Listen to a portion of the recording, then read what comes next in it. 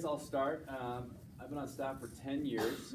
8 of that has been in Evergreen with Eric. I was on staff in the South Denver area and just knew that wasn't the right area for us, and started interviewing for this brand spanking new area in Evergreen, Colorado. It was just getting off the ground. There was incredible community. There was incredible community and people there that, gosh, that I had not experienced in my previous area. Had lunch with Eric and Nancy, his wife, and instantly fell in love with these guys, and just was blown away by what this community had and the potential that it had. And so that was 8 years ago, gosh, it was just an incredible place to walk in. You want to pick it up there? Sure.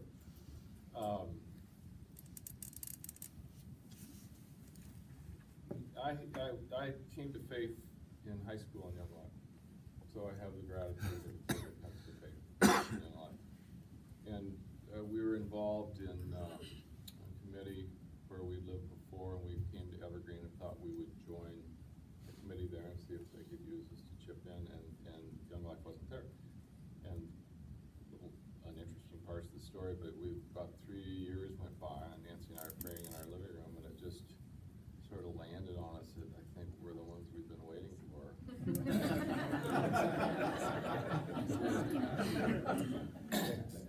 Touch on the slow side, and we had the opportunity to get things going and work with our regional director, guy I got to know then, Cam Tankersley, and we hit it off pretty well. And we started this, and I remember interviewing, we went to lunch and interviewing Andy and Grace, who now is, she's 7 or 8. I mean, it's just like, because she was crawling under our coffee table at that point. We got off to a great start. We had a fabulous first year. Things just mushroomed. I remember saying to Andy, you know, I'm kind of a business and marketing guy. It's nothing like new. New is great, and new doesn't last. New tops out at some point. And we topped out probably after a couple of years. And we went into a really difficult time. And we want to tell you about that.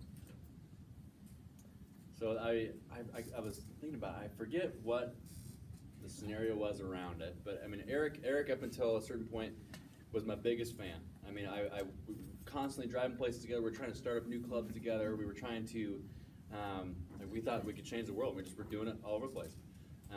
My biggest fan, my biggest supporter, and I forget what led to this, but I remember Eric walking in my office. I requested a meeting in my office, which I didn't know at the time. Now I know now. It's like, stuff's getting real when you have a meeting in your office, not in a coffee shop. But essentially, I mean, I was sitting with Eric, and what I remember of the conversation was Eric saying, I think, you know, essentially that you're running the area in the ground, and I'm pulling all of my support. Financially, I'm pulling my support. Volunteer-wise, I'm pulling my support. I'm kind of going off the radar. I can't be around this. Which you can imagine, my biggest fan became my biggest detractor in some ways, and someone who, within a conversation, a relationship had gone away. Probably led, for me, to one of the more difficult, lonely, stressful, anxious seasons of my life, and for my family's life. And so that was my side of it. And so, how many committee chairs do we have? Raise your hands high. Oh, I don't want to be able to see it. Okay, so I'm committee chair. And here's the dynamic that I saw and the dynamic that I still see. How many area directors we have? Raise your hands high. Okay. Staff in general, raise your hand. Everybody, area directors, okay. So here's what I saw. Started this up. I'm a real good startup guy. I've started businesses. I like doing that. I'm not a really good maintenance guy. I'm kind of the guy you want up front end, get things going.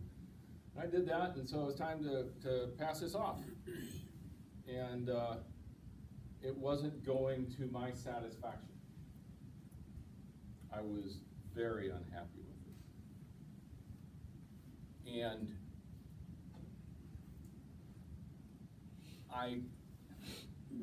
I assumed a lot of things that today I believe are not true, and it's a reason that I came here today, because I don't know how many of you carry the assumptions that I carry. But what I assumed was, I'm working, Andy's working, I give a lot to get this thing started, a lot of effort. It's time to hand it off. Now I got founder's dilemma. If you've ever founded a company, now it's like, I've passed it off to them to run it. I've shown them how to run it, and they're bringing in different ideas that's okay, except for they're wrong. Except for it's not working, and it's not meeting my personal expectations. There's a tremendous amount of sin in this for me, a tremendous amount of sin. Okay, I just want to tell you, I am a wayward sinner, and God has every reason to drop me like a hot rock because of the state of my life and because of the state of my heart. However, the one human dignity that he gives me is that I get to live in his reflected grace and in his grace, and I get to be a child of God, even while I'm a sinner. I am grateful for that. There's a tremendous amount of sin in here for me, but there's a tremendous amount of organizational assumptions that I think are dead wrong. I hire him to do the job. Now, you don't have to, as a committee chair, nod, but a bunch of you have that feeling. And if you're disappointed with your area director because they're not doing the job, you go, well, that's only logical. If I hire somebody to move bricks from this side of the room to that side of the room, and I come in and the bricks are mostly still on this side of the room and all the payments been made, pretty simple to me. It's very simple to me. And it was extraordinarily wrong. I got to know where I did not like him. Today, this is one of my favorite people on the planet. He's one of my best friends. I love him intensely. There is not an area director on the planet that I would rather have. And I sat in an office trying to get him fired. This could not go forward with him in place. Okay? Is this dark enough for you? How much did you like me? Not very much.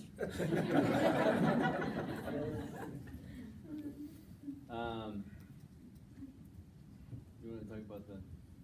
Well, I'd like to talk about the absolute bottom. Yeah. A decision was made in conjunction with the region that it was a major decision. The details of it are not important. I was not committee chair at that point, but I'm the founder, and by golly, you better come talk to me because I'm a pretty big cheese and I'm pretty important, and nothing should happen without the founder at least weighing in on it. My area director came to me and he said, your input is not welcome. That's my lowest moment in young life. I could not imagine how we had gotten there. Now you can imagine, and you're probably thinking there's probably some behavior on my part that probably deserved that, and you're exactly right. But I didn't care. I started this thing. I had pushed it from infancy, and now I'm being told I have no room in it. I always envisioned it. I'm a big fan of marriage and people not moving in and all that kind of stuff. But I have this image of the girlfriend who comes and stays over and then kind of leaves a sweater and then starts leaving some slacks and then starts filling some drawers, and all of a sudden I just felt like this organization had just moved in. And I couldn't get this organization out if I wanted to. And I was furious. I was furious. All of this apparatus had been put together, and I didn't see enough kids meeting Jesus. I mean, that was the bottom line to it. It wasn't my issues with Andy per se. I just wasn't seeing enough kids meeting Jesus. That really mattered to me. So I withdrew I just withdrew. I didn't see anywhere that it could go. That was the bottom of it. I went to become a regional board chairman, and I withdrew from Evergreen. I wasn't welcome there, and I got a chance to look at a lot of areas, and I got a chance to look at a lot of people, and nothing was working real well. See a committee here, a relationship there between an area director and a committee chair, but I saw a lot of tension. And more than anything, I saw lonesomeness in the staff. Now, I believe that we have an epidemic of lonesomeness. I believe that it is broadly seen to be there, and still it is unrecognized. We don't talk about it. And from my role as a regional board chairman, I vowed then, and I vow to this day, for the rest of my life, I'm going to work to stamp out lonesomeness on the part of our beloved staff. I love our staff so much. I love what they do. And I'm going to have some tough words for you in a while. But the lonesomeness was killing my dear friend. And I was a big part of causing it. And that's my shame. That's really my shame. But here's what I see happens. You got a bunch of adults in the community that they're worried about their kids' salvation. And so, like me, from Young Life ago, you invite Young Life in. And we're scared of high school kids. We're supposed to be, right? We're scared of high school kids. And here comes somebody who ostensibly is not afraid of high school kids. And so we go, we'll make you a deal. We'll give you a job and we'll pay you some money, and you'll take care of our high school kids, right? And they go, of course. Will you come save our children? What do you say? Sure. And can you do it? Yeah. I mean, you lie to me. Tell me the lie to me you told me the first night. You can save our children. You can save them all. Yeah. 25-year-old me was pretty confident. Yeah, right. Okay. Here we got a young man who is called into ministry, and all he wants to do is save our children. It's all he wants to do. And we are so scared of kids, we buy his lies. Now, we have I'll bet you a bunch of business people in here have hired a bunch of 25-year-olds. You would never do that. You would never put a 25-year-old out there and say, good, I think we got a contract here. You would always develop them. You just like a good mom or dad, you just drop stuff out in front of their headlights and they go, oh, look what I found, right? You know how to do this, and we don't do it. I left him alone. I potted plant, shoved him in the corner, shut off the lights, and quit watering him. Then got mad at him for what a bad plant I thought he was. Well, that came about because our organization sends our young people there with all of this brave confidence. And we buy it. And we let it sit there. If you are blaming anybody in your area, count it as an incredible blessing. Look at it and see why, not see who. Because there is an unholy alliance between the community and Young Life that allows us, and hear me clearly, to outsource the salvation of our children to an organization.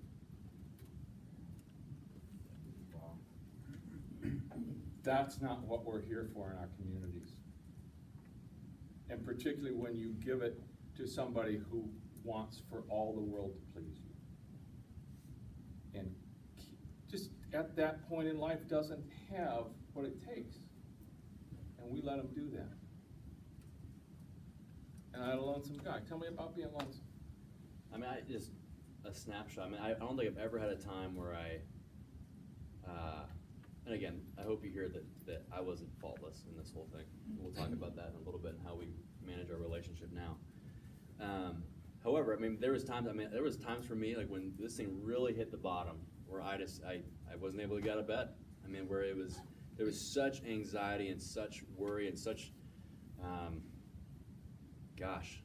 such fear, and just the inability to solve this massive conflict that was epidemic in everything we did. It was just, it was this very eerie, plaguing thing on both myself and my family, and just we felt really stuck. I want to turn a corner into when things started getting better. Is that okay? Can I do that? I think they're ready for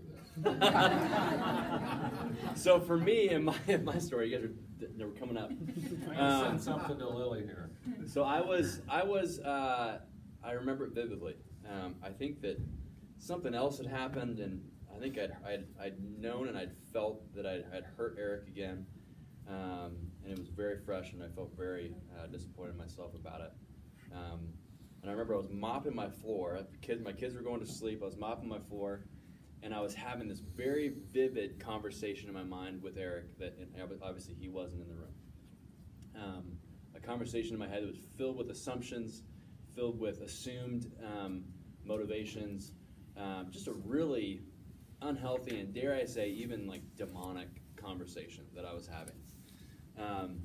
And I just clearly, I remember hearing, I feel like it was the voice of the Lord that said, like, this is not, you're not having a conversation with Eric.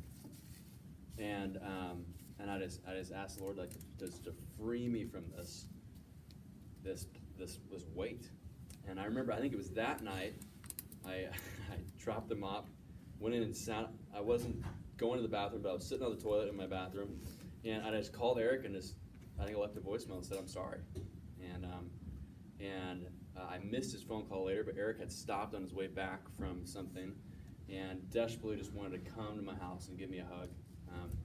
We ended up connecting, I think later that week, just having a conversation where I just had a chance to be like, Eric, I've had a lot of conversations with you where I thought that you were doing this, X, Y, Z, and I realized that those are not conversations that we ever had, and so I'm sorry for that. You know, I'm sorry for allowing for these stories and these movies in my mind to play out for so long, and really just ask for forgiveness. Which I feel like that conversation, you can kind of voice your side of that time, because that was, we really feel like the Lord did a miracle through that conversation of just we had nothing to lose. We just put everything on the table, full vulgarity, full just everything's there. And the Lord used that time to heal us and to bring us to something really incredible. So, I'm brokenhearted, Andy's brokenhearted, kids are not meeting Jesus, this whole thing is off in the ditch. Put one wheel on the side of the road, two wheels, and all of a sudden this whole thing is just a complete rollover into the ditch. It's just everything that I wanted wasn't happening, everything that he wanted wasn't happening. And we start looking, and Lily, you get ready to set, don't put that up yet if you would, but hold on a second. We started thinking our way through this, and I wondered how this thing got so out of round. It wasn't personal. It didn't feel personal. I'm mad at him, and I'm blaming him, but I'm not really mad at him. I'm upset that the whole thing is not working. And I go back to this point, I go, what I've done is withdrawn. I went into this because of the kids in Intermountain Young Life. Because I wanted more of them to meet Jesus like I got to. I wanted them to know who Jesus was, what he did for them, and give them a chance to respond. And when I was told that my input wasn't welcome, I don't know, you feel the fire in me, that probably didn't go down that well. Okay? I mean, it just didn't go down very well. And I said, you know what? Somehow, our kids in our town have become Young Life's kids. They're not my kids. I go, baloney, I think is what I said. Something like baloney. Sounds like you. Sounds like baloney. These are our kids. And this is our town. And we made the mistake because we thought it could work, that we could outsource that to an organization. Meanwhile, I got somebody who's lonesome, not getting enough support, and I go, this is all wrong. Lily, can you put up that graphic? Okay. Okay. So, the Lord has redeemed this thing in the most amazing way. Andy and I don't believe as human beings could have gotten back together. No. I don't think it could have happened. I love this. I think it's a sign of something. I don't think it could have happened. I had it come over me that I was not, we use the word partnering. And we're going to dig into some terms today, and we want to take these terms apart and we want to build them back up. We hope in a way that you will find new, fresh, and meaningful. Okay? That's a cool graphic. Why don't you put that one up? There it comes. There it comes. So we're running down Maybe. the beach. So we end up with this notion of our town, our kids. That brings us all together. And we start building, and we start dreaming of what should be happening. And God brings us together pretty conditionally. I come back in as committee chair. Oh, tell them how happy you were about that. That was a big day for you. So we had a committee chair in between. He was great,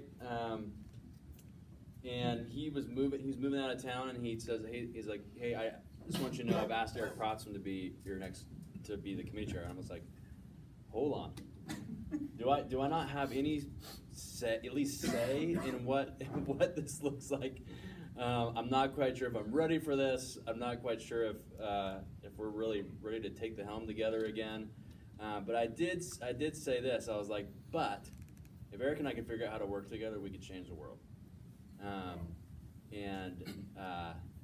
So we took a risk. I think we had a couple initial conversations where we're like, all right, if we're gonna, I mean, and again, because we had this background where everything's on the table, we don't have to sugarcoat anything anymore. We had some really honest conversations of like, if we're gonna do this again, this is how it has to look, and which I really do think that honesty brought us on a new trajectory. So that was our turning point, and what we decided was that the relationship. If you want to write something down today, write this down. The relationship between the area director and the committee chair can be argued, and we would argue, is the most important relationship in town for kids in Christ. The most important relationship in town for kids in Christ.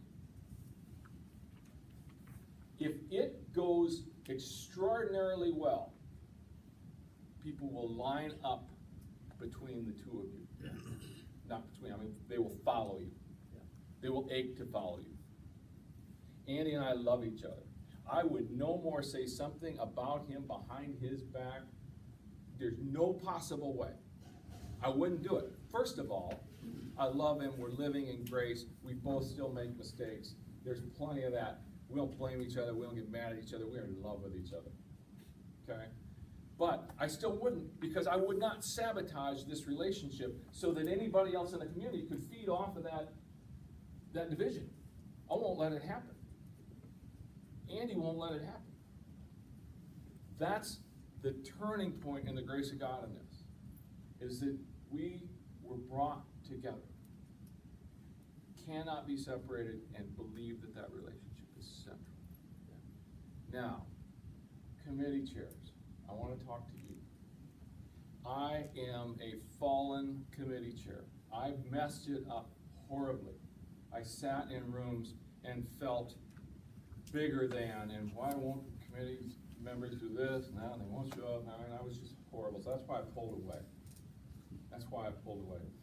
I went to a committee training once, and this is the moment I decided to pull away. Guy walks in, he goes, here's the way most committee meetings go. Hey, listen, I don't know how you're getting along with God, but that's really not my problem. We got a lot of work to do. Sure. I go, bust. decided at that moment that I would make the most important thing that I did on committee, period. First of all, I quit, but that really wasn't the most important. The most important thing was that I would put the spiritual well-being of every committee member first and foremost above everything else, period, end of story. We would be a spiritual organization that might get some work done. That was the way that it was going to go. I had sullied it poorly enough that I didn't think I was the one that was going to be able to do that. It was in my heart to do that. Passed it off to someone with a real pastoral heart. And our great friend Jeff Baum did a wonderful job with that. And it became that. It became that. So can we go back to our list? It's coming up. All right. So I want to talk to the committee chairs.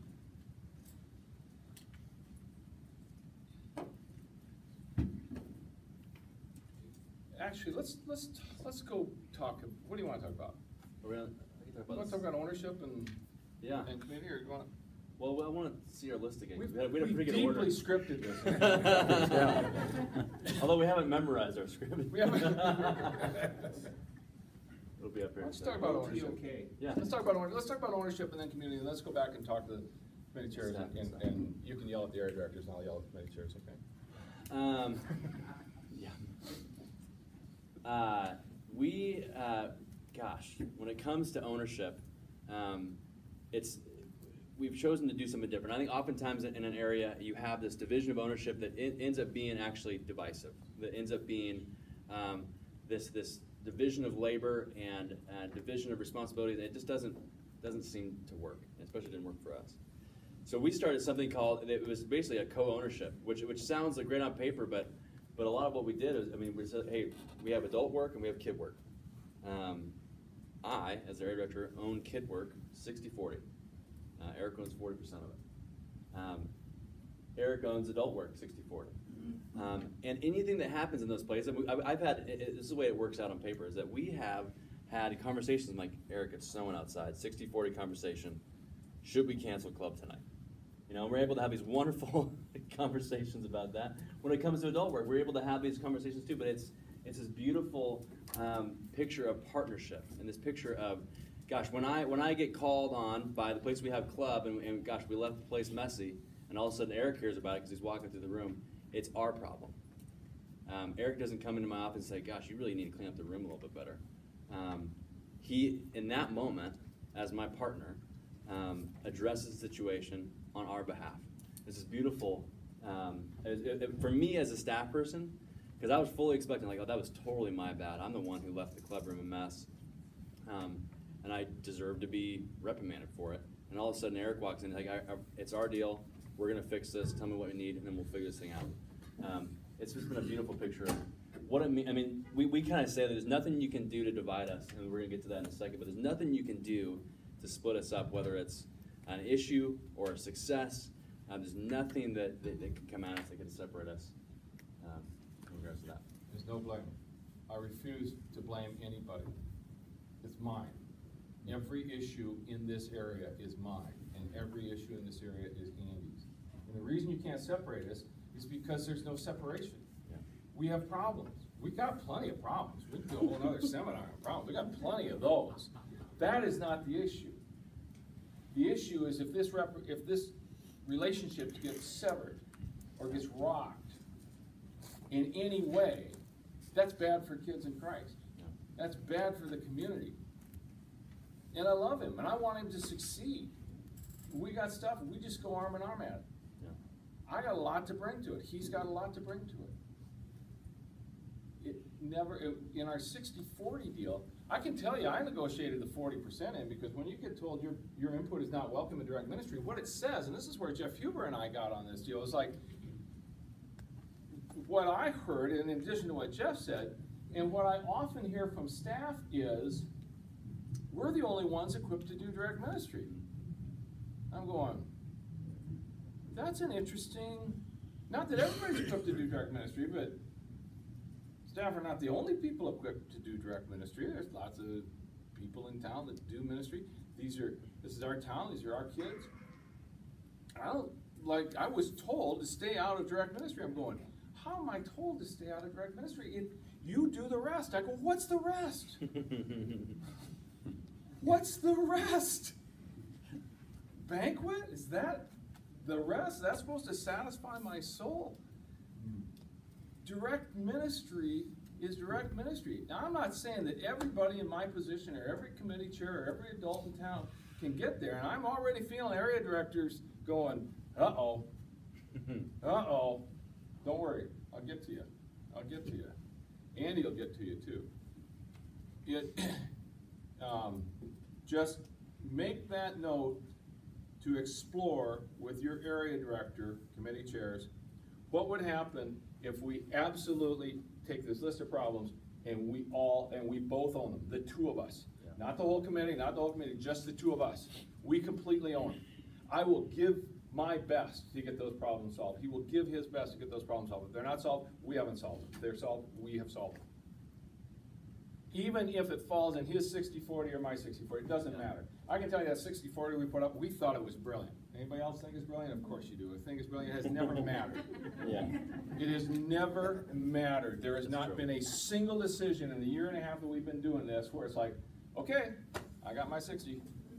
Yeah, that's true. It's never once happened. It hasn't even come close. We have not had an argument in a year and a half. We have not had a raised voice. I don't even feel attention. I feel the light of Christ in this relationship. I feel this is the way that God intends us to be in running our mission. Yeah. This lonesomeness comes about in a couple of ways. The adults saying, sure, you got a big red S on your chest and you're going to come save our kids. Go do it. But area directors can protect themselves too, can't they? Well, I mean, the language that we're given, again, we love our organization, but the language we're given is kind of a helper language. It's a language that, I think it's actually in the handbook. Did you hand out the committee handbook today? We have PDF of it, we can share it certainly.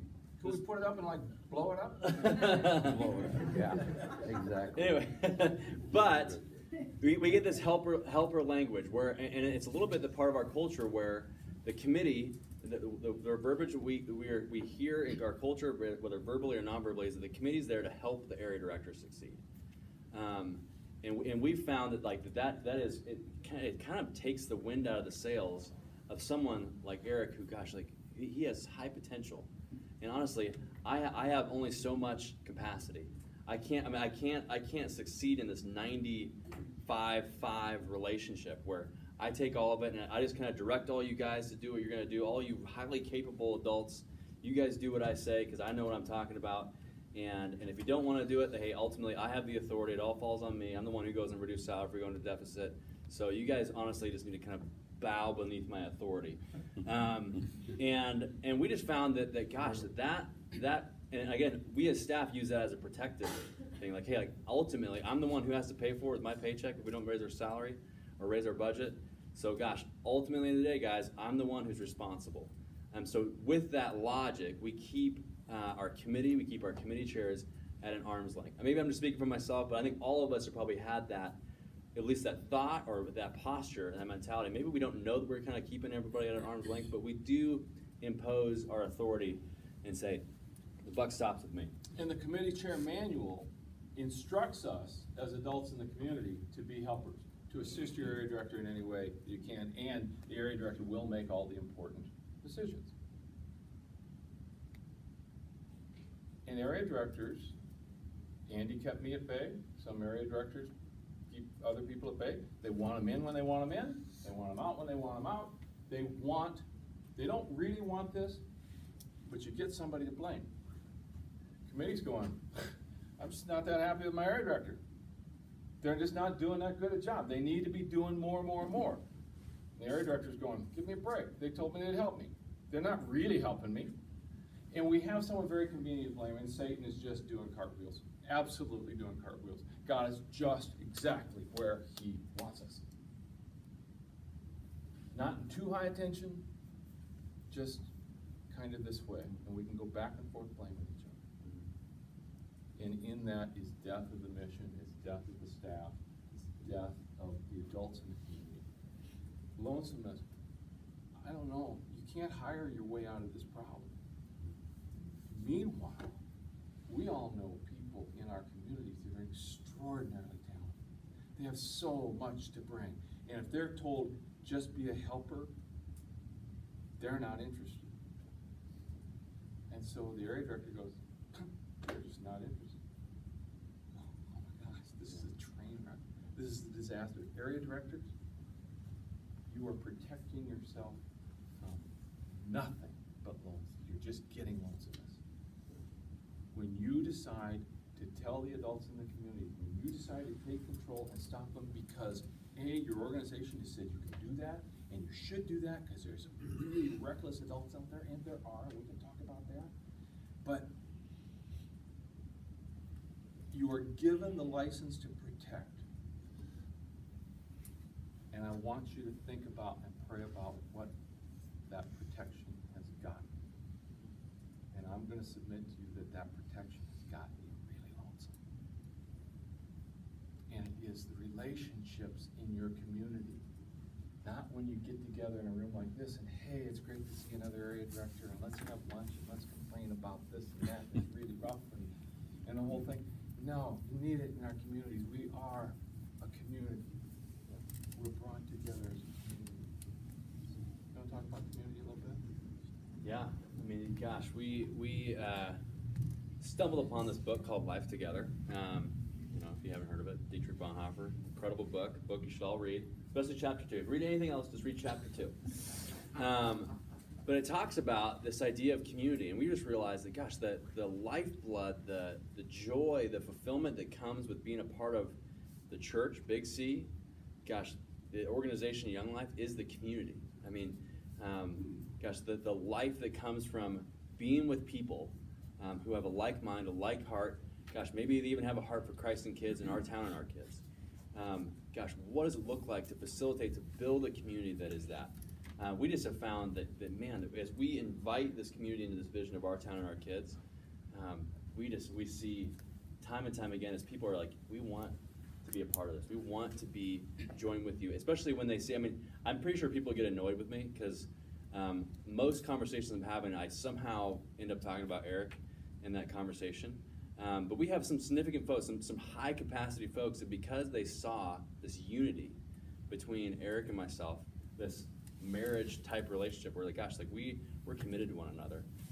These high capacity folks have seen enough just messed up boards, messed up organizations, but when they see the two men at the top, I guess you could say, who are united, who gosh, don't sneak in little snide comments about like, gosh, like, but he's actually kind of weird in this way, or man, he really let me down this way. But gosh, when they see that, I mean, Eric's right, the community just gravitates towards it. And we've been really blown away by not only just the kids who've been impacted, but the adults who have started to be impacted because they see something with us that they want in, and they want more of it. So we come to this community part and back to this most important relationship. So we've been a year and a half into this. It's Hurricane Matthew. Goes to the screen too. We're a year and a half into this. We supposed that if we could tie ourselves together this closely, that the community would want to follow us. We supposed that. We're a year and a half into it. It's absolutely true. We're not talking people into taking jobs on committee. We're not people. Their hearts are there. Their wallets are there. Their desire to help is there. We can. You don't send a text to ask somebody to do something. Yeah. Except for we're so close to people, we can. We know these people well enough. They want to do it. They want to pitch into this particular community. It is growing like crazy. This is the heart of Christ that has put this together. Jesus is at the center of it, and it is everything that I ever dreamed. I have no founder's dilemma whatsoever. Like you say, Eric, our job is really, because Christ creates it, Christ facilitates it, but it's our job to not screw it up. So here's what Bonhoeffer says about community. Here's what Bonhoeffer says about community. Here you've got this guy in a town, let's just use this guy for instance, who has a view of what community should be. We're all around, we're all loving each other. The vision of that community belongs to that guy. And he shares, oh, a good 30–40% of it with the rest of the group. He thinks he's sharing it all. He shares 30–40% of it with the rest of the group. And then that group starts to fail in doing the community that he envisioned. You know, I'm working my tail off to put this community together, and I really thought you'd have a little more to give, Larry. I did, and I'm kind of disappointed. And you're going, well, you're a jerk. Bonhoeffer says, community is not something to be created. It is a gift of Christ in which we may participate. If we try to create it, it automatically fails. The conceiver of it is God, not me. When I conceive of it, you immediately set foot letting me down, and I immediately become an overlord of this thing that becomes at least unattractive. What we are working to do through prayer, through our deep friendship, through our deep relationship, is to understand how do we get out of the way of community? How do we just let that happen? It's not really the subject we're here for, but it is part of what we're doing. We have this marriage. If you are thinking of the relationship between the committee chair and the area director as a partnership, I think you're toast. I think you're toast. That talks about accountability. It talks about what you're going to do by Thursday. It talks about all this. It's a pretty dry transactional deal, or at least it can be. In your marriage, I don't know about you, it wouldn't work really well in my house to list out a bunch of things that I need to see done by Thursday. There are a bunch of things that need to be done by Thursday, but I don't think putting a list up there is probably the best idea. I get some lists, and I need them, but I don't think it's a really good way to do it, and we don't do it that way. But Andy, I think let's talk about two things. Let's talk about how we meet, and then let's talk about if you're a committee chair going, great. I was out of the room when I became committee chair. Okay, I didn't sign up for this. Frankly, I don't even know if I love my area director that much. I don't even know if I could. It's great. It sounds like you're spending a whole lot of time, and all of a sudden, this is great for you guys in Evergreen, Colorado, but it's not going to work for me. I mean, when we typically we meet during the school year, and it's a once a week deal. Although we probably actually talk most days. But one of the key things, whether we're talking daily like we did this summer, or we're talking on a weekly basis, one of the first things we talk about is what are you afraid of? Because I mean, let's be honest. I mean, there's times where you are woken up in the middle of the night by something that's making you anxious. You are, whether you're committee chair or staff, you are, gosh, you can't get your mind off of something that's like, gosh. For example, right now, real life, Eric and I have a banquet that is slowly registering, much slower than we want. And there's been times where I'm like, I give Eric a text or a call, I'm like, Eric, I woke up last night and I'm afraid that our banquet's gonna fail. And so there's no, like, Eric's not gonna swoop in and tell me what to do and tell me how to fix it. I mean, it's like we own that together. And that, for right now, for us, it looks like a lot of dust in the air. Like we're working hard together. We don't at this moment really have it solved. We don't. We're still working on it, guys. We'll let you know in a couple weeks. But I would say for me, the freedom that comes from knowing that I don't have to like fudge my numbers. I don't have to fudge things that are failing because I need to impress Eric. That I can come into a meeting and be like, gosh, this part of our ministry is really tanking. You it really gives me some anxiety. Or hey, like this is, we had this conversation last week, and I told you I was going to do this, and I just didn't. I wasn't able to do it. I mean, there's total freedom in that conversation. Like, what are you afraid of? Eric sometimes comes in the meetings with the stuff that he's afraid of, or typically those are things, those movies that are playing in his mind of, okay, so I think this is what I think is happening, and it doesn't sound very good, and it doesn't feel very good. Is this actually what is happening in our organization? So he gives me room and he gives me space to acknowledge some of the assumptions that he has. And that's a commitment that Eric and I had from the very get-go when we had that serious conversation when we first started this relationship again, was that, gosh, if we're going to do this again, there cannot be assumptions. There cannot be, as I learned the hard way, there cannot be these movies that play in our minds that we let be there.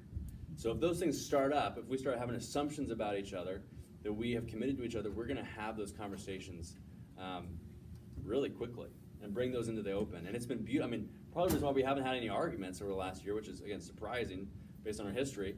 But it's because we've nipped these things from the very get-go. Eric brings up a concern, which is starting to build up. We have a conversation about it. And either we roll up our sleeves. Or it ends up being a non-issue because he just misunderstood something, or vice versa. And so, I mean, there's total freedom in our times together because we just get to address those fears. And to the point now where we'll kind of, one of us will drop that question in one of our meetings, say, what are you afraid of? And we're like, gosh, I gotta really think about that. I'm afraid we're not gonna have enough leaders for the fall. Exactly. It's like, I really am afraid of that. And then it's not, and nothing in my body feels like, so you better go get them. Exactly. Nothing, it's just like, we gotta have them. These kids are going to have relationships with a volunteer leader that's going to go into their life and care about them. We got to have them. We got to, and so we had a get real conversation, which was, we've spent 5 years talking about how important leaders are, and we really haven't done very much. Yeah. We really haven't done very much. We've hung up some flypaper and hoped they'd come by. But we have not done enough to where we can say, Lord, I've done everything that I can think of. We just haven't. We're starting to now, and you know what? The leaders are coming. Yeah. They're really coming. Yeah. And they're the kind of leaders that want to invite other leaders. Something's getting extremely healthy. Andy, would you tell this group, because there's a group here that's thinking, oh my gosh, this is going to take a lot of time. How much do you value my time for partnership? Yeah. Because you're on staff and you're paid to do this stuff, Sure. right? Okay. I mean, I would say, Eric and I were talking about this, I value Eric's relationship far more than the time that he gives. It is something like, for example, this summer, we just said, hey, our schedules are all crazy, let's just try and talk 15 minutes a day. Most days that happened, some days it didn't. But there's a piece of it, like us engaging in our partnership, whether it's a once a week or or an everyday scenario. Gosh, I mean, that is what's valuable to me. Me having a place where I can share. Gosh, we got to get this banquet stuff figured out. We got to get some dust in the air, and have my partner, to have Eric be like, yes, let's do it, and to have that. I mean, I know that I'm walking through life. I know I'm walking through my job. I know I'm walking through just the vastness of what we're called to do as area directors, and I have someone who, one, understands it. I think that's so valuable to us as staff, is that, gosh, if you're going to have input and you're going to have say in what we do and you're going to be a partner with me, please, please, please come understand what this world looks like. And a lot of that has to do with expressing your fears. A lot of that has to do with being honest about this thing's going awesome, this thing's not going awesome, and not giving some glossed up Photoshop picture of what's going on. 2 comments and we'll open it up for questions. If you're a committee chair, I'm just going to assume you're making the big bucks. I don't know, maybe you're making 75, maybe you're making 200, maybe you're making $500,000 a year. Obviously, your time is valuable. And if you're like me somewhere in my past, you are aware that your time is more valuable than that of the area director. I'd like to invite you to say, kids and Christ, your time is not more valuable than the area directors. I don't care how much you make, I don't care how much responsibility you have, I don't care how many employees you have, your time is not more responsible or is not more valuable than that of your area director.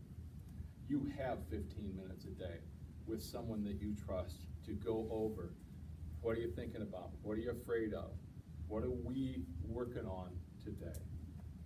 What's not going the way we thought it should? 15 minutes a day makes a world of difference. You guys know, all of you men and women know, when you're doing an operational thing, the more frequently you get together, the more clear what it is you're trying to get done is, and the more you're doing it, the faster things happen. Getting together once a month for a committee meeting, I'm here to tell you, it won't work. You know that by the time you get together again, everybody's forgotten everything, you gotta bring them up to speed, so the only thing that really happens is the committee chair and the area director make all the decisions, and the committee sits in there going, that's what we're supposed to do, and wonder why they're not challenged. Okay? That's that. And the second thing that I want to talk about is talent. I had convinced myself that this guy didn't have very much talent. I needed to replace him with somebody that had some real talent. You can put somebody in a closet long enough and not water and not give them enough light, and you don't see who God made them to be. This man is incredibly talented. I did all I could to not see it. He's incredibly resourceful. I hear that from people. I go, you don't know him like I know him. And they were right. I was right. They knew him and I didn't. There's tremendous talent in the staff. And we were called by God to go into ministry. I believe that as committee chairs, as people in town, our kids, we owe our staff everything. We owe them everything to keep them from being lonesome. And area directors, you owe it to yourself and to your town. Don't hold us at bay. We ache for our kids. Let us ache for you and let us ache for your community. That's the end of the comments that we've got. We're happy to take any questions that you have, and we're honored to be here. Yeah. When you're talking about sharing the 60-40, what does that look like for your committee chair, having 40% of kids direct ministry still? I mean, again, it's kind of an arbitrary number we kind of put out there. But it was significant. But it's not, I mean, we wanted to get it out of the. I mean, it's Eric. I mean, you know, compared to what the comments I made to him, you know, during our dark period, Eric has full weight in our conversations about direct ministry. A lot of that has come through. I mean, over the last year and a half, we've built a ton of trust in regards to, gosh, just our relationship and his input and me allowing him in. At the same time, I don't feel like I've lost any control per se. In fact, I've gained a friend to do it with. So when we have conversations, like right now, we got this club room and this gym at this high school that we're like, gosh, we got to figure out the acoustics in here. What do you think we should do? And so it's really he becomes a partner in what it looks like for us to do direct ministry. So that's what I'd say. I mean, it really doesn't. I feel like I've gained something then lost something. I think sometimes we believe the lie that like if we start giving control to someone else, that we start to lose control of something that's so precious to us. And gosh, I mean, I found the opposite. And I would add to that, you have to go earn the right to be heard with a committee chair, and a committee chair has got to go earn the right to be heard with an area director. And trust gets built the way trust gets built. Yeah.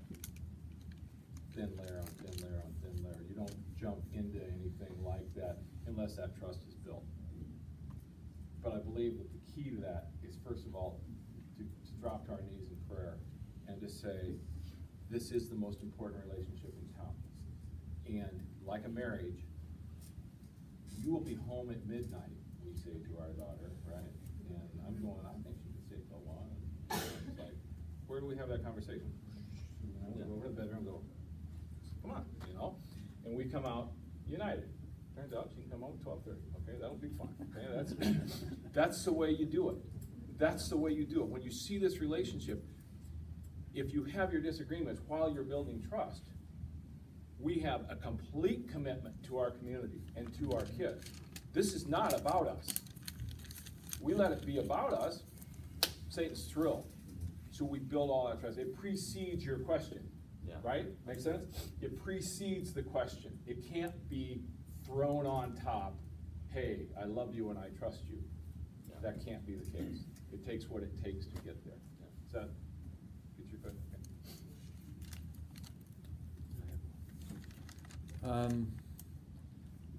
It could be that this question could take hours to answer. If it does, then refer me to a book maybe or something. But you started out with the priority of spiritual well-being within the committee. And when we focus on that, the other things will come to be. But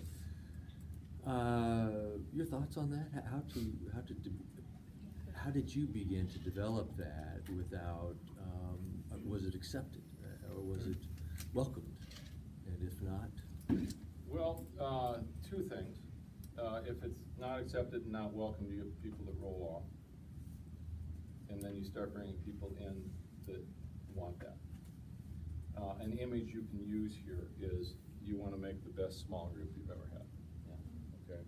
It should feel like a great small group. If people are not up for small groups, then they're not up for it. If they are, I have to say, we are all so ravenous for community. Yeah. We're all so ravenous to be fed spiritually. We so often, that's what I saw in the regional board chair role, so many of these committees, I talk to committee chairs and they're going, it's just not working. People, you know, if they don't show up for a month, then they're 2 months out, and then they really don't know what's going on. When we ask them to do something, they don't seem very enthusiastic about it. But, you know, if I'm not mistaken, the people you're talking about are running banks and they're coaching kids in soccer and they're enthusiastic around town, and you're blaming them because they don't have enough energy for committees. Like, wait a minute, there could be something fundamentally, structurally incorrect about the way we're doing it. Those of you that have led organizations, if you see a problem here, here, here, and here, you know it's not the people. You've got something larger than that. And so that, going after that, it's like, this is fantastic. How does it work in practice? I buy 1,000 cups of coffee a year. I'm a natural networker. I want to sit with people. My favorite thing is sit down and ask somebody their story and build relationships. Don't make the distinction that we often make. We draw a line at about 24 years old. If you're below that line, we will spend time with you one-on-one because that's what we do in young life. We build relationships, we earn the right to be heard. But if you're above that line, we'll get you in a room as a group. When I'm just an 8-year-old boy, I crave friendships. I crave to be loved. And I don't get loved. I mean, this is great. None of us are forming a relationship here today. It all gets done one-on-one over a cup of coffee, and then you come together as a group, and there's all this magic is here. This is great for transferring information, but it's not great. This is not a community that's being built here. It's a desire for one. And I think that what Eric and I talk about a lot is a lot of this looks very inefficient, and we've come to love that word. Granted, we know that there needs to be an organizational efficiency that enables us to be efficient or inefficient. But it is, gosh, for us to sit down for coffee and not have an agenda, for us to build in time to talk about Jesus into our committee meetings in a way that is very small groupish. For us to throw a party every quarter that is purely for community. You know, we don't ask for money, we don't ask for volunteers. It's really, we want to get community together. I mean, there's something about this inefficiency that is where this magic happens. And granted, again, please know that I know that there has to be efficiency somewhere in this organization for us to actually do stuff. But gosh, for us to figure out how to navigate that and to do that dance of making sure we're efficient over here and inefficient over here, especially when it comes to relationships, I think is absolutely key. And that's where all of a sudden the people who are coming in, the adults who are coming in, who are starving, who are having a crisis of faith, who are just kind of numb to the Lord, all of a sudden they begin to get ministered to because we're willing to be inefficient with them. Area directors and committee chairs, we're all parts of an organization where we want to drive efficiency. We're Americans, we live in Western culture, that's what we want, that's what we want, that's what we crave, that's what we preach. efficiency in administration, efficiency in organization, get your work done so you can get out on the street and be as inefficient as possible with your relationships. I've got an idea, if anybody knows anybody at the top of the organization, I think we should put out a magazine, I think we should call it Relationships. I think it would sort of be emblematic of what we're supposed to be doing. I can make that happen. Can you Get make that? viewers on? That's awesome. Well, because that's the deal is Young Life is inefficient. It's like a really Yes. crappy way of doing things. And God's ministry is all a bad way of doing things. So look at our world, and what gift do we have to bring to kids and adults is our inefficiency. That's what makes us different. All the rest of the world, we're just trying to slam ministries in. It's going to get more kids in front of da. It's like, worship inefficiency, right? Which I get. Sorry, you raised your hand like a polite kid. I guess what was the click for you? Because it sounded like after the first couple of years, you were pretty frustrated because of the inefficiency. Or am I hearing that wrong? No, actually, I've talked to Andy since day one. Get out there and be inefficient. Okay. Truly get out there. All that work you got to do, get it done. Get out from behind your desk. Get out there and meet with kids. That was part of it. I saw him behind his desk too much. But, I didn't really see it. And I had somebody to blame. Okay? Now, I don't care how much time he spends behind his desk. I don't even think about it. We are both trying to get out there in front of kids. I'm a volunteer leader too, okay? So, I spend lots of time with kids. I love being with kids. I know what inefficiency, I know the value of it. So yeah, from the start. That's never, I don't think that's even been a bone of contention. No.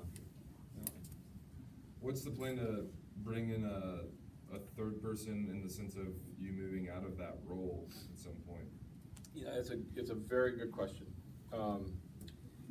First of all, to make sure that time is not what is valued by the area director, that it is ownership, not partnership, ownership, and that nobody comes in. So I believe here after this hour, I could recruit somebody here who now sees this in a new way and would come in and understand that being an owner and that there's no finger pointing, and that if you're not willing to come in and own the issues, then don't, please don't. We work too hard. Second thing, Jim, is we've been doing this for a year and a half. I will do it for at least another year because I don't want the stitches to come out of what we've put in. We really need to work this deeply into the culture. And if Andy, because he's gonna be regional director someday somewhere, he's gonna, viewers gotta be scared. He's coming after him. Well, it's raining here. He's gonna go at some point, and I have to have a conversation with an area director who's not so full of themselves that they need to come in and push the organization around. And, we built something that's way, way better than that. Yeah. And if they want that, that'll be good. So, to take it one more layer, we have to go to where you do not have my particular gifts. A different gift set will work just fine. You don't have to have Andy's gifts. A particular gift set is not required. What is required is the area director and committee chair are indivisible. That's what's required. That is, I guess that would be the answer. I'm working it out here in front of you, but that would be the answer. That's how it gets done. And I think, in contrast to all the committee chairs I've met, area directors that I've met that are kind of running their own thing, because they're working under what I think is this false construct. I really think they're working under this false construct of division of labor and division of authority and all that sort of thing, and going like this. And when that gets destroyed, I think there's a line of people around the block that want to go in that far, that want to own it. They don't want to do 90 hours a week. I can easily imagine 2 years from now, Andy's gone, I'm gone. New area director may truly be doing 90% of the labor because there's a committee chair there that they're working 70 hours a week. They can't do it, but they have 15 minutes a day to push it along. And you want that more than you want time. I put a lot of time into it, but that's not the factor. Did I say that right? Absolutely. Does that get there? Oop. No, kind of, we can talk more. We're trying, man, we're trying to figure this out ourselves. I get it. If you don't see this as a work in progress. Right, because I mean, the struggle is like, you know, you get one and the connection's really good, and then you're like, well, they get tapped out, and then it's like bringing somebody else in, and then that whole next piece of that transition time that happens, which is. Well, it shouldn't be, I would suggest that it shouldn't be somebody unfamiliar. Right. And it should be somebody who, if that is the structure you wanna do it in, gets it. Mhm. And says, I don't even know you that well, but here's what I'm gonna promise you. We own these things, we own every issue together. If I got a difference with you, I will bring it up to you. And if we need to go off over here and talk about it, we might even get ourselves in some real fights. But when we come out of that room, we are together. We owe this to our community. It has nothing to do with us. If you're that person, then I think you'll find your way into it. And if you bring Christ into this thing, I think you will soften hearts. I think you will make it work. I think you will make it work. If you don't understand the ground rules going in, I think that's probably where it gets hosed up. Oop. I think you kind of just clarified some of my question, but, I mean, first, thank you guys, this is great. Thanks for being so vulnerable with your ups and downs. But I guess, you know, earlier, kind of going back to the 60-40, and as a staff person, I think there's, and maybe this is where we've just gotten a little off track, there's this sense of, hey, be my partner, or own this with me, but you're working 70 hours a week at your job. I'm hired to do that. I mean, Sure. So there's this tension of, and I don't know how the committee chairs in the room, you know, when you first say that, it feels like, okay, so basically these are two full-time people who are doing, but then as you talk about, hey, 15 minutes a day, it's more about ownership than labor. time. Yeah. And could you maybe, I don't know if anybody else feels a little bit of that tension, but. Sure. Anybody else feel that tension? Want to comment on that before we comment on it? Yeah, I mean, I've been doing Young Life for 5 years, and for the first 3, I was absolutely sick and tired of being told I didn't get it. Yeah. Yeah. You just don't, I mean, and I Right. would, and so I would say my natural driving mentality would be, then show me. Then show me what I don't get. Take me to a Yeah. committee that works, take me to a, you know, TDS, connect me. Yeah. Well, I finally found out they don't exist. Yeah. There you go. People commit, the areas that are successful that I see in the region, figure out what the community needs, they adapt to that, and they have good core relationships. Yeah. That's, I mean, it comes right down to that. If you take the book and you're like, okay, I'm the committee chair, I gotta make sure we do it by the book, you're gonna fail. Yeah. There is another You're gonna path to struggle. success. I shouldn't say you're gonna fail, you're gonna struggle. There's one more path to success, and that's where you bring in a journeyman area director or a superstar area director. They're mid-30s, mid-40s, they know how to do it. They can do it. But they're still gonna be lonesome as hell. Well, there's a reason. That's where you still don't win, even though you got somebody that can do it. Yeah, and there's a reason why the tenure of an area director is between 7 and 10 years. Oh my gosh, I don't know how it lasts And that long. and the people that have made it more than 10 years have been able to adapt to their weaknesses enough to survive. Hmm. And as committee chairs, we really fill the void.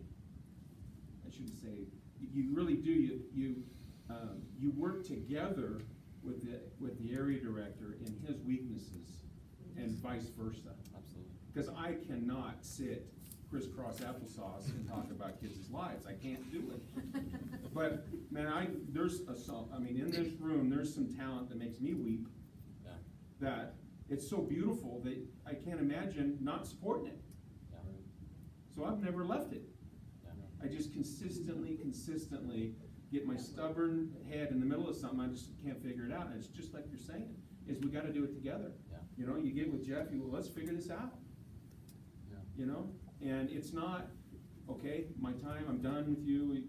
You got a good plan forward. You can go ahead and go do it. Go ride the horse. That's not the way it works. There's constant. Yeah, and I want to get back to Craig's question, because I'm not sure. With Craig as well.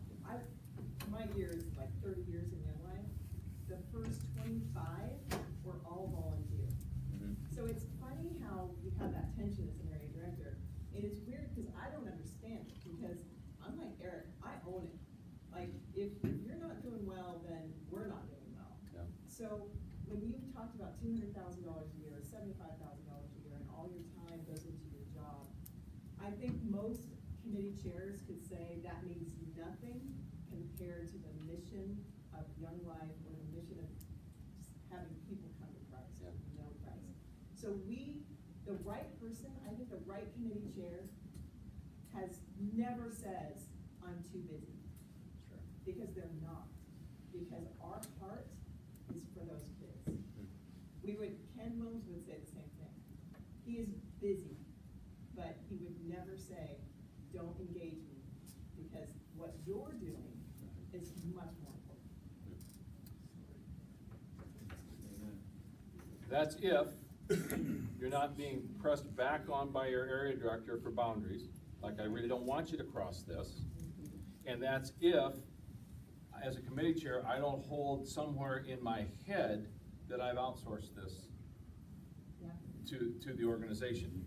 When those two things are in place, then those false walls are there.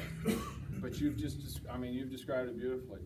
Craig, so you had a question in there, and I kind of passed it around because I wanted other comments, but I want to be sure that we get, No, I think it's just, get to where it's just you kind of addressing that, I feel like, yeah, I love the idea of, committee or committee chair owning, and I feel like, Ken does, but I feel I'm sensitive to, I don't wanna ask too much of him in terms of. You, Andy Mormon, yeah. Yeah, again, it's not, don't get stuck on the division of labor piece. I mean, it really, truly is. I mean, yeah, this is my full-time job. But there's so many times where, whether it's 15 minutes a day, or a longer conversation, or hey, we're getting down, we're on our computers, we're working away at something.